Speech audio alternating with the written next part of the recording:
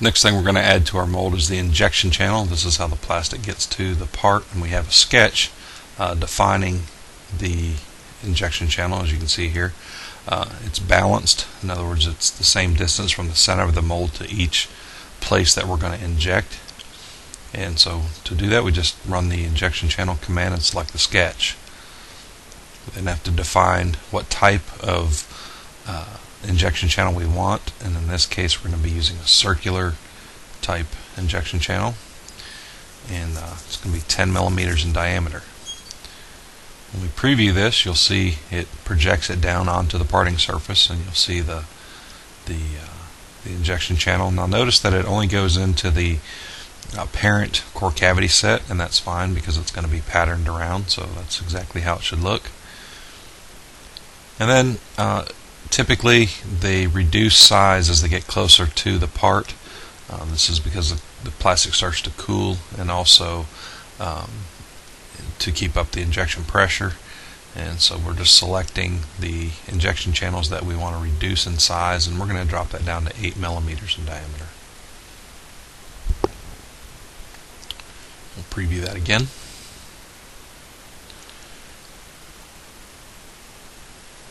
And when we click finish, it's actually going to be booleaned away from the runner bar and from the core cavity set, and you'll see the injection channel in those parts.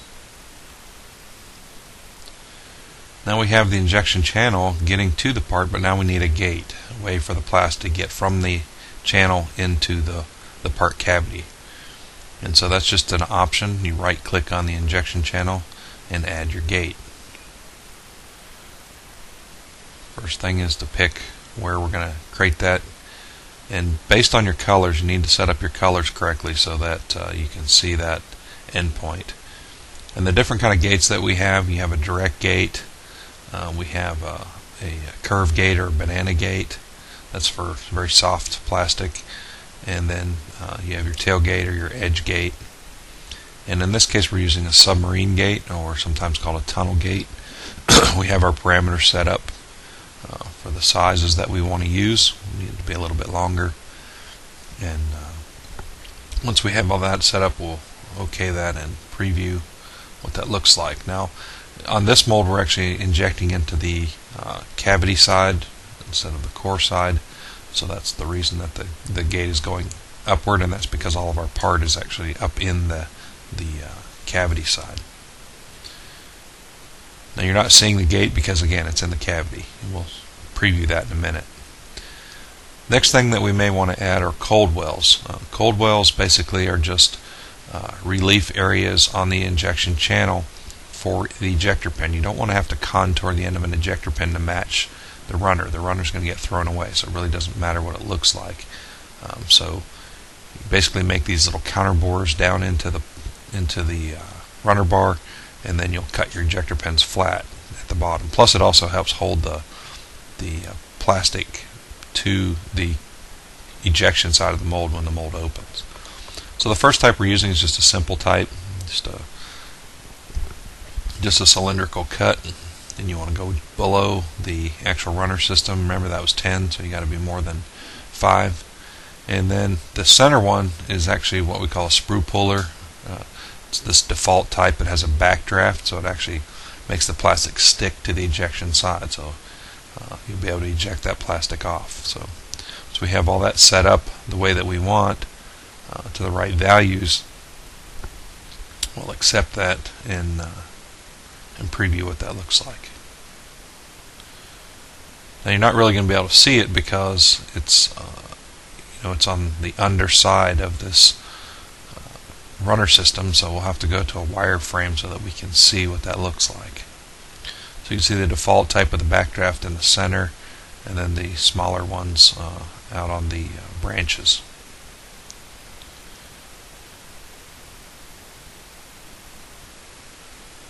And once we accept that, it's actually again going to be booleaned from the runner bar.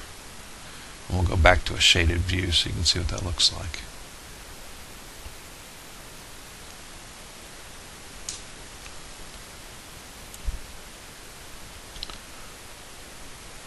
So the next thing that we're going to be doing then is let's preview what the injection side looks like. I'm going to show you those gates. Change our configuration here. If we zoom in here, you can see the submarine gate goes down into the part. You can see where it breaks through into the cavity area to fill that with plastic.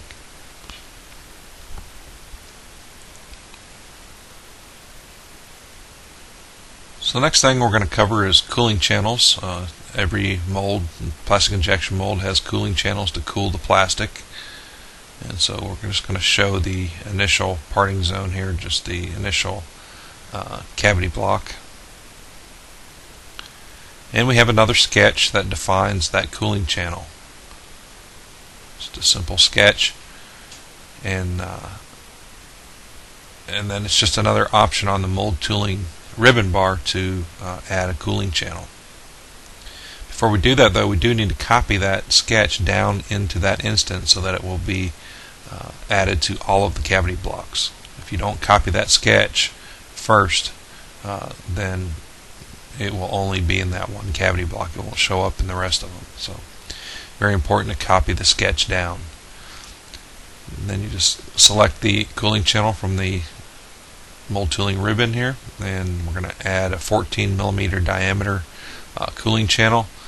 Now notice there's a reference sketch to the block, and that will be ignored as part of the cooling channel if your line type is set to reference. And so there we have a preview of what the cooling channel looks like, and at this point we can edit those cooling channels. I'm going to select the two on the end here, and basically what I want to do is I want to stop those short so that they drill into the one that's going horizontally and stop. So we're going to use what we call just a flat end, and you notice how that removes that extra area. And these two we want to actually flip. We want them to be drilled from the other side, so that's again just this flip option. Preview that and you'll see that it'll flip those over. And again, I want the one on the left here, I want it to actually be drilled just to the one that's going horizontally, and so we're going to put a flat end on it as well. So once you're happy with how that looks, you click Finish, and it will actually take that tool body of those cooling channels and extract that from the cavity block, and you can see the cooling channel now that is incorporated into that block. And again, because we pushed it down into the instance of the core cavity set, it will be in all of the different core cavity sets. So the next thing we want to do is add our ejector pins. Ejector pins are always necessary to get the part out of the mold. And again, we're going to copy that sketch down into the parting zone so that it will be instanced to all four cavity core areas. And then go turn that one on. You want to always make sure you turn off this top level sketch so that you never place components to that top level sketch if they're meant to be instanced to all four core cavity sets. You can see here we have a center hole which is just a reference, and then we have our ejector pins laid out. You can see that they're way above the mold. That doesn't matter, it'll be projected to the correct area. Those are going to be used to determine where that ejector pin goes. Now we need to know how long the ejector pin needs to be, so I'm going to use this smart measure, which is just like the smart dimension, except it doesn't place a dimension. So I'm just going to pick the highest point on the core here, and it's going to go down to the ejector pin is sandwiched between the ejector plate and the retainer plate, and you can see that it's 280 millimeters. So I'm going to make sure that my ejector pins are longer than 280 millimeters. So I'm going to add a SEMoldTooling component. This is going to be an ejector. You can see the different types that we have. and different components, and of course we're adding ejector pins. We're using the Hasco standard, and then we just find the 8mm diameter that's more than 280 millimeters long. In this case it's going to be 315 is the next longest one. You can see we get a preview. It always puts it right in the center of the mold, and then you need to tell Solid Edge that you're going to use the sketch to determine its position. You can see the head will be sandwiched between the two plates, and then you pick the sketch, and then it will move that and copy it, pattern it to that sketch. And you should see it in all 4 core cavity sets. If you only see it in the first one, it's because you didn't copy that sketch down to the core cavity set. We also want to key this because those pins are going to be machined to match the surface of the part, and so they have to be keyed so they can't rotate. So that's what this option is here.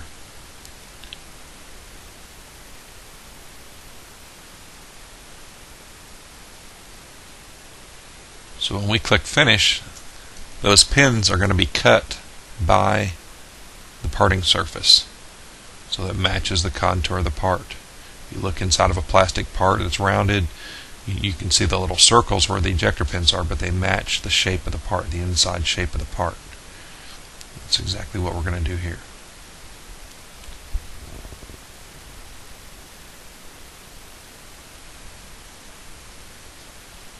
So there you can see how they're nice and smooth and match the surface. We want to add these to the ejector side of the mold. So we'll update our configuration.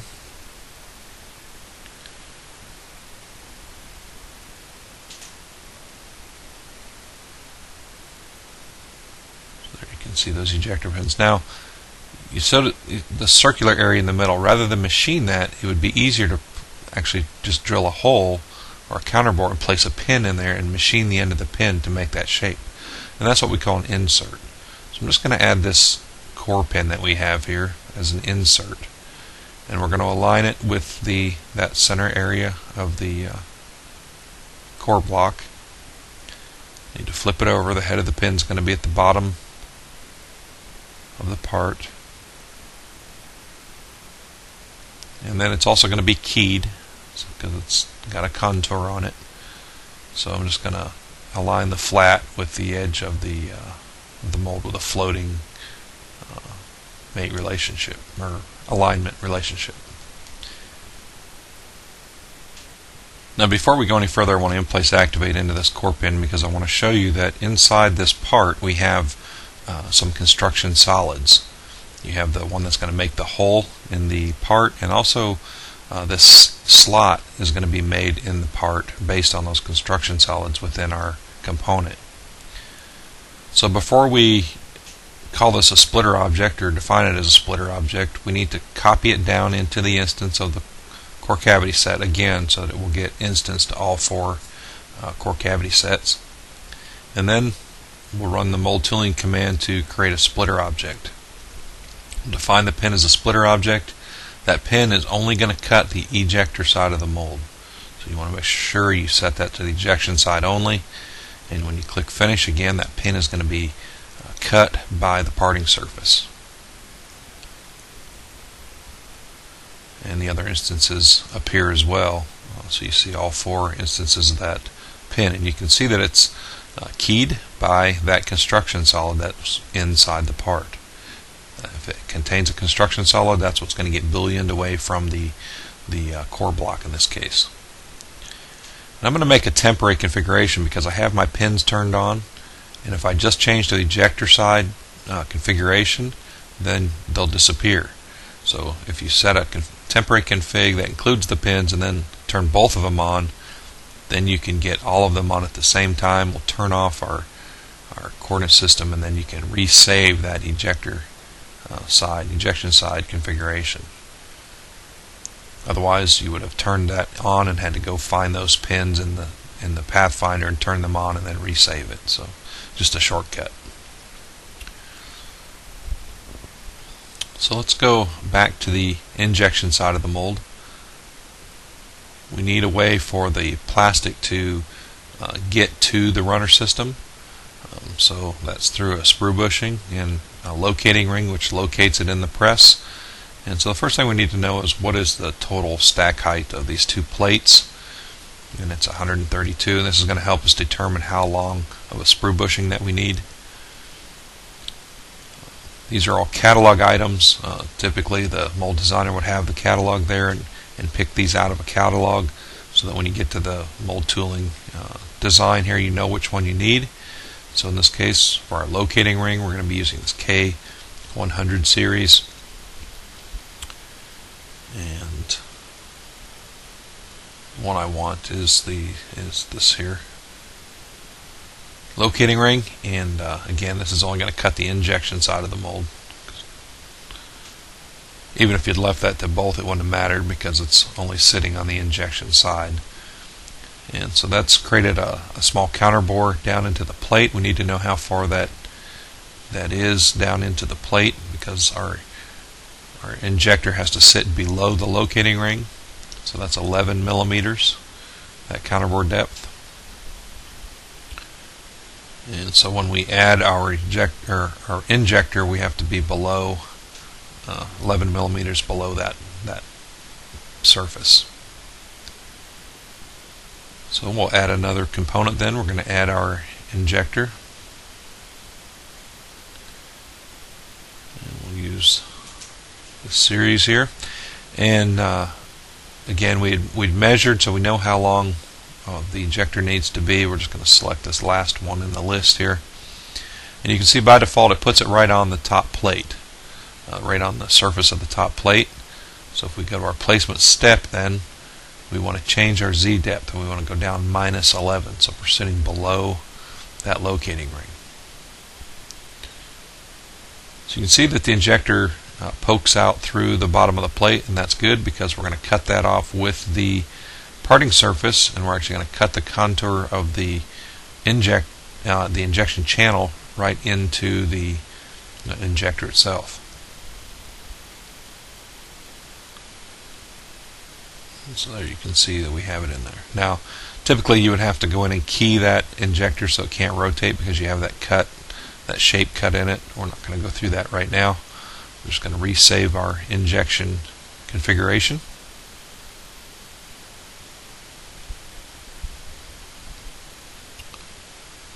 The next thing we want to do is add our bolts. That's going to hold the core cavity set into the mold. So once again, make sure you copy that sketch down into the instance of the core cavity set, down into the parting zone. And then we can hide the top level sketch and turn that sketch on in the core cavity set in the parting zone. And you have to make sure sketches are shown and then select it. There you go. And so here you can see we have laid out our bolt pattern. Notice the one bolt on the bottom center is offset, and that's so they can't put the core cavity set in backwards. So you can see that's sitting above the mold. We need to know how long the bolt needs to be, so we're just going to measure just this top plate, which is 56 millimeters. So we have to make sure our bolt is longer so that we have thread into the block. And so once again, we're going to add another mold component. This time we're going to be adding screws. You can see the different types that are available. And we're going to use a socket head cap screw. This cap screw contains the counter bore and everything, all the information that it needs, and a tapped hole. All is going to be placed at one time when we place these bolts. So we select our bolt, 10 millimeter diameter bolt, and then we're going to place it against the sketch.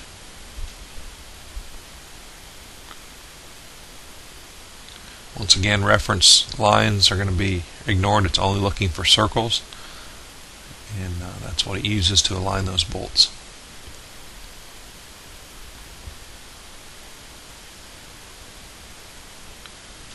So we have all of our bolts there, and when we accept that location, the length looks right. Plenty of thread in our block. You can see that it doesn't interfere with the water channels. You want to make sure that it doesn't, or you're going to have a leak. And once we click finish, that's when it creates the tapped holes in the blocks and creates the counterbore in the top clamp plate.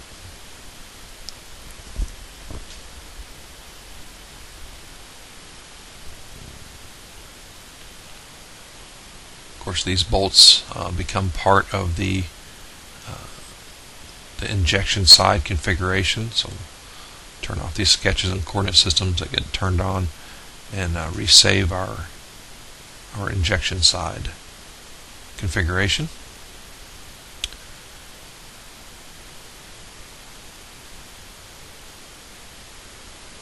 And we'll turn on both ejection side now and resave our top level configuration. So the next thing we want to show, the last thing that we're going to show, is creating a drawing of this entire mold design. Now this is obviously not a complete mold design. We just covered some of the basic areas and how we go about adding components. We have a more completed mold design that we're going to be using for the draft part of the demo in just a minute.